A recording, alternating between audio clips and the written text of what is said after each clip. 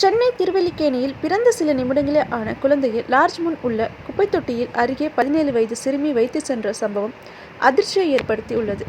சென்னை திருவல்லிக்கேணி குலாம் நிர்சா சாலை பகுதியில் உள்ள லாட்ஜ் அருகே புதிதாக பிறந்த ஆண் குழந்தை ஒன்று ரத்தத்தோடு கிடந்துள்ளது.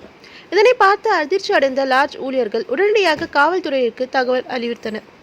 தகவலின் பேரில் திருவல்லிக்கேணி போலீசார் விசாரணை மேற்கொண்டனர். விசாரணையில் கடந்த 2 தினங்களுக்கு முன்பாக லாட்ஜில் தங்கியிருந்த 17 வயது பெண்ணுக்கு குழந்தை பிறந்தது தெரியவந்தது. போலீசார் விசாரணையில் மதுரையை சேர்ந்த பார்வை மாற்றுத்திறனாளிகளின் 17 வயது சிறுமிக்கு பிறந்த ஆண் குழந்தை என்பது தெரியவந்தது. அந்த சிறுமியை காதலித்து திருமணம் செய்து கொள்வதாக கூறி மதுரையை சேர்ந்த ஆட்டோ ஓட்டுநர் ராஜ்குமார் என்பவர் ஏமாற்றியுள்ளார். அதனால் 17 வயது சிறுமி கர்ப்பமானது தெரிய வந்தது.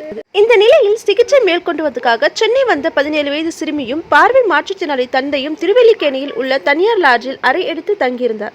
இதை அடுத்து நேற்று சிறுமிக்கு ஆண் குழந்தை பிறந்தவுடன் பயத்தில் குழந்தையை லாட்ஜ் அருகில் உள்ள குப்பை தொட்டியில் அருகே வைத்துள்ளனர். இதை அடுத்து குழந்தையை மீட்டு போலீசார் திருவல்லிக்கேணி கஸ்தூரிபாய் மருத்துவமனையில் அனுமதித்து சிகிச்சை மேற்கொண்டு வருகின்றனர்.